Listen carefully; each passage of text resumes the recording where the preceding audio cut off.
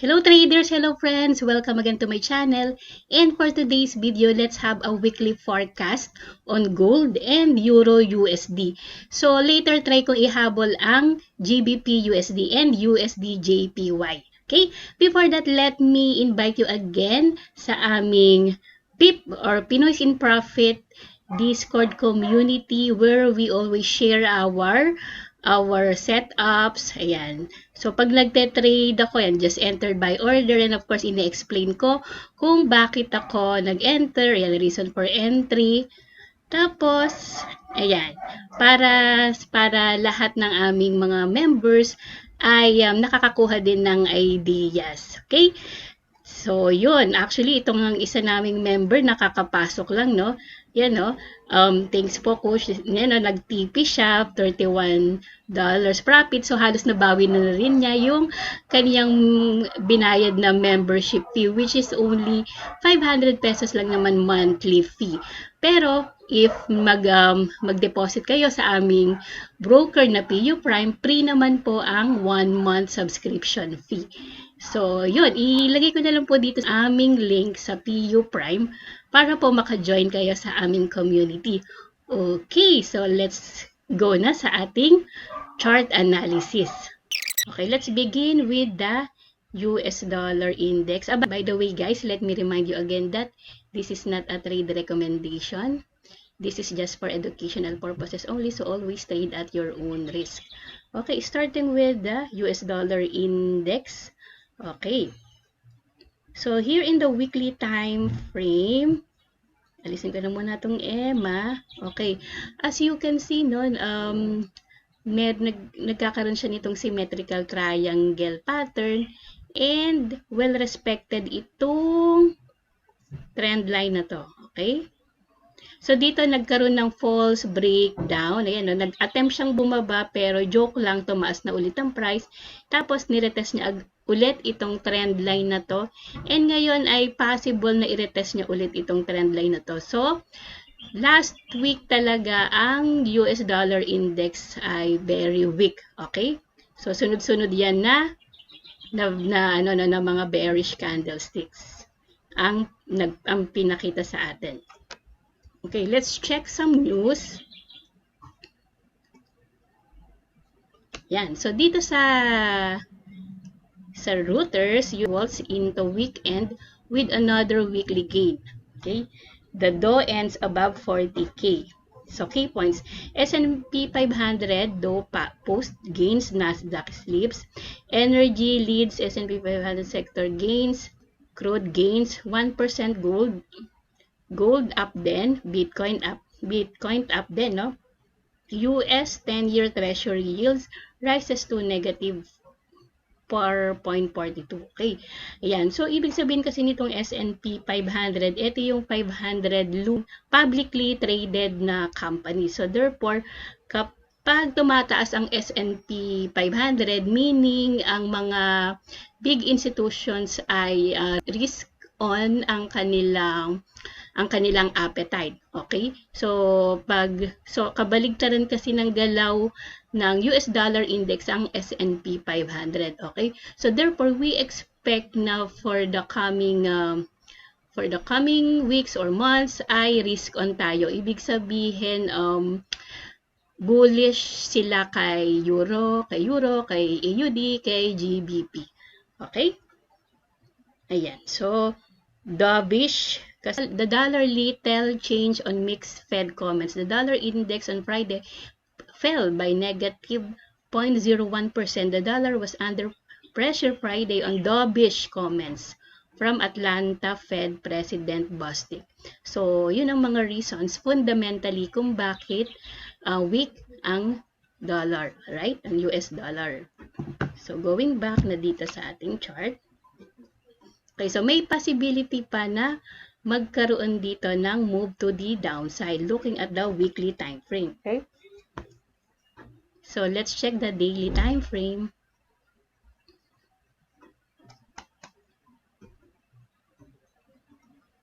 Okay, so here in the daily time frame naman, if magpa-plot tayo ng mga levels, okay, so we can see na itong previous support na to, okay, previous support na to, tinitest na as resistance, okay? So, by Monday ay magkakaroon muna ng consolidation dito sa area na to until such time na magde-decide talaga if magkakaroon dito ng breakout and magko-continue to the upside, or talagang magkakaroon ng rejection, or talagang i-reject niya itong resistance na to and magmo-move na siya to the downside. Okay, and possible na i-reach niya itong support level na ito. Okay, so take note din kasi na very aggressive yung mga sellers dito because of the sunod-sunod na red candlesticks. Okay, so that's it for US dollar index. Let's move on to gold. Let's check the monthly time frame.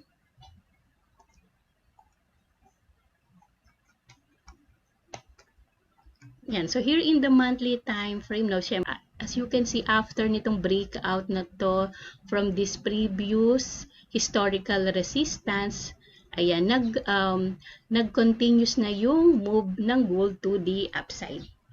Okay?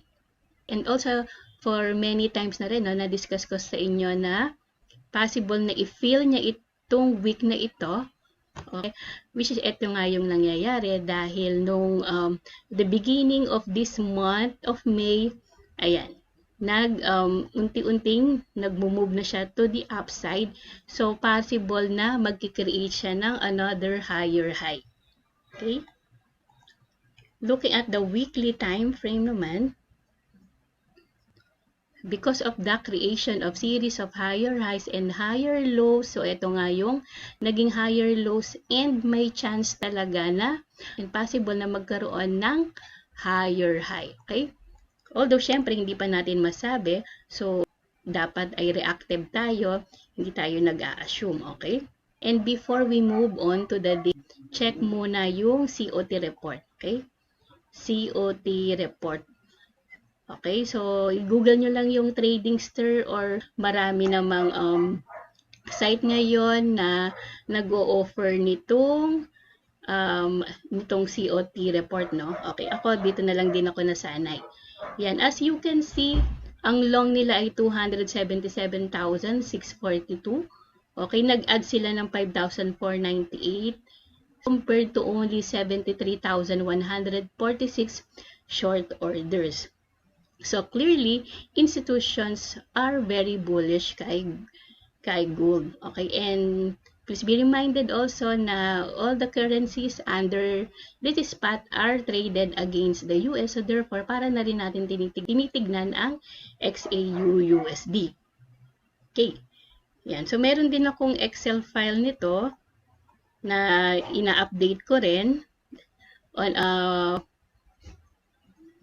a regular basis. Okay, so here in gold, para lang mas ma-analyze natin yung trend.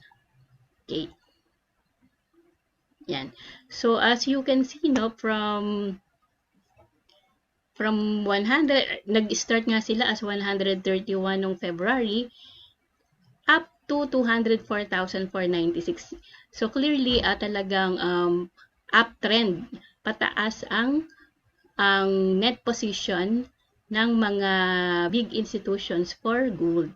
Ayan, so siguro last week na report medyo bumaba siya, no, from 204,210 up to 199,567 ng last report, which is May 7, pero ang ibig sabihin lang naman dito ay nag-profit taking na ang mga big institutions, which is normal lang naman yon. Pero ang titignan natin dito, pag magkakaroon siya ng additional short orders. Pero clearly, wala pa naman, no?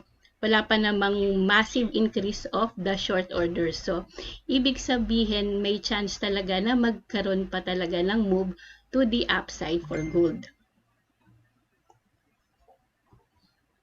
Okay, let's move on to the daily time frame.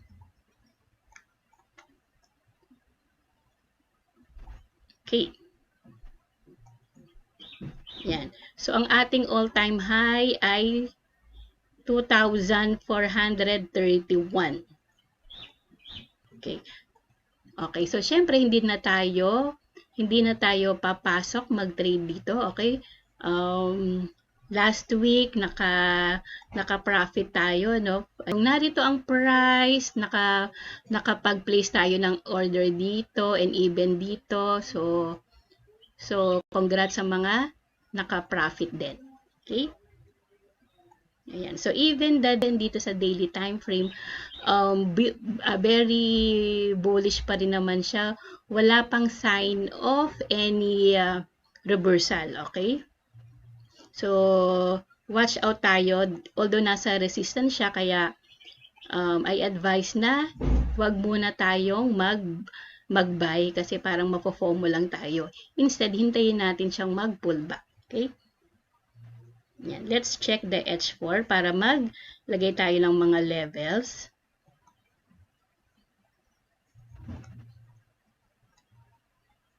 Okay. Alright. So, syempre, ito yung immediate na level. So, pwedeng dito tayo mag-intay ng retracement. Then, pag nagkaroon dito ng confirmation candle like hammer or magkaroon na dito ng double bottom, okay, pwede tayong mag-buy dyan sa area na yan. Okay? Yan. Siyempre, ang SL natin ay just below lang sa confirmation candle. Okay?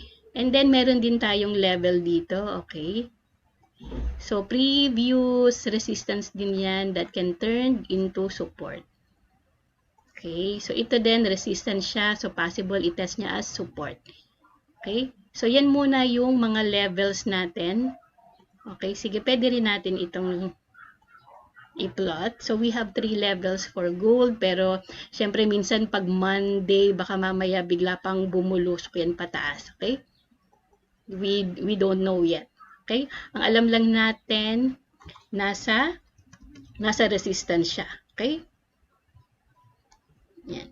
So, possible na i-retest niya pa itong all-time high na to. Okay? So, we don't know yet. Observe tayo sa Monday. Okay? Pero ako, ma-advise ko, stop muna pag-buy. Instead, hintayin natin mag-pullback. Tapos, doon natin sabayan ang buy orders. Okay? Kaya ginawa natin from our previous trades, naghintay tayo ng pullback niya. Okay? Para mas safe yon. Alright? So, bullish pa rin tayo kay gold. Ayan, let's move on to Euro USD. Looking at the monthly time frame. So, here in the monthly time frame, as you can see, well respected itong level na to. This is a demand level and support area, no? Ng false breakdown, pero for how many months na rin, well respected talaga itong strong demand level na ito. And if naman sa pattern perspective, you can see na itong ginagawa ng price currently ay possible na inverted head and shoulders. So, pattern is a reversal pattern, meaning ay i-reverse niya itong move niya to the downside and magkakaroon ng move to the upside. Okay?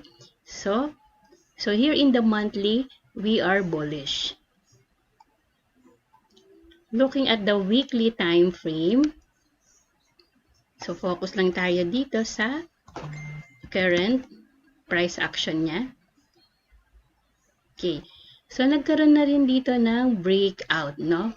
Breakout from this previous support, nag-support yan, support here, and then nag-act as resistance, and finally, nakakita tayo ng breakout.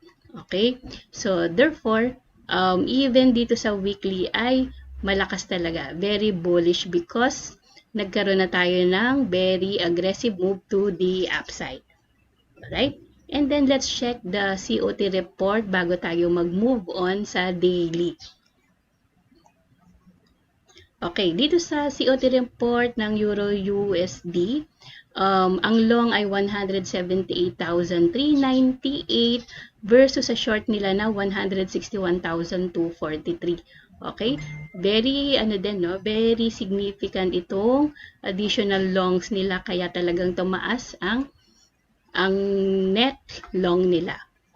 Okay, if we will check itong Excel file ko for euro, ayan. So, very talaga, ang mga big institutions ay very bullish. So, from 6,777 na net position all the way up to 17,144. Okay, so very massive din ang additional longs ng mga big institutions for euro. So kung ang US dollar index na inanalyze natin kanina ay bearish, so kabaligtaran talaga ng euro, since ang euro USD ay inversely correlated siya kay US dollar index kasi anti-dollar din kasi si euro, no? So bearish si US dollar index, so therefore bullish si euro. Bullish tayo. Here in the daily time frame, okay, so yan, kitang-kita na ang structure niya talaga ay uptrend because of the series of higher highs and higher lows. Okay, wala pa tayo ditong sign na magkakaroon ng bearish price action. Okay, dahil very aggressive itong move niya to the upside. Okay, so magandang level dito dahil dito nagkaroon ng breakout point. Magandang level to look for a long opportunities. Okay, let's check the H4 time frame. Okay, so here in the H4 time frame, okay, pwede rin tayong mag-plot dito ng ating support area. Okay, so syempre naman sa kada time frames, may mga support and resistance tayong makikita. Okay, yan. So dito sa H4 time frame, pwede tayong maghanap dito ng long opportunities next week. Okay, so syempre hindi na natin sasabayan itong move na to dahil hindi na magiging maganda ang ating risk to reward ratio. Okay, pwede pa tayong bumaba ng 15 minutes. Yan. So dito sa 15 minutes, nagkakaroon na ng possible double top. Yan, nagkakaroon ng possible double top. So if nagkaroon ng breakdown dito and i-retest niya, pwede tayong mag-trade ng short, pero very quick lang before lang dumating dito sa ating level. And then, pero mas safe pag dumating dito sa level na to. Okay, pwede rin dito. Pag dumating sa level na to, pag nagkaroon na dito ng bullish price action or confirmation, that's the time na mas makakampante tayo ng mag-buy dahil very bullish nga si Euro USD. Okay, so that's it for Euro USD.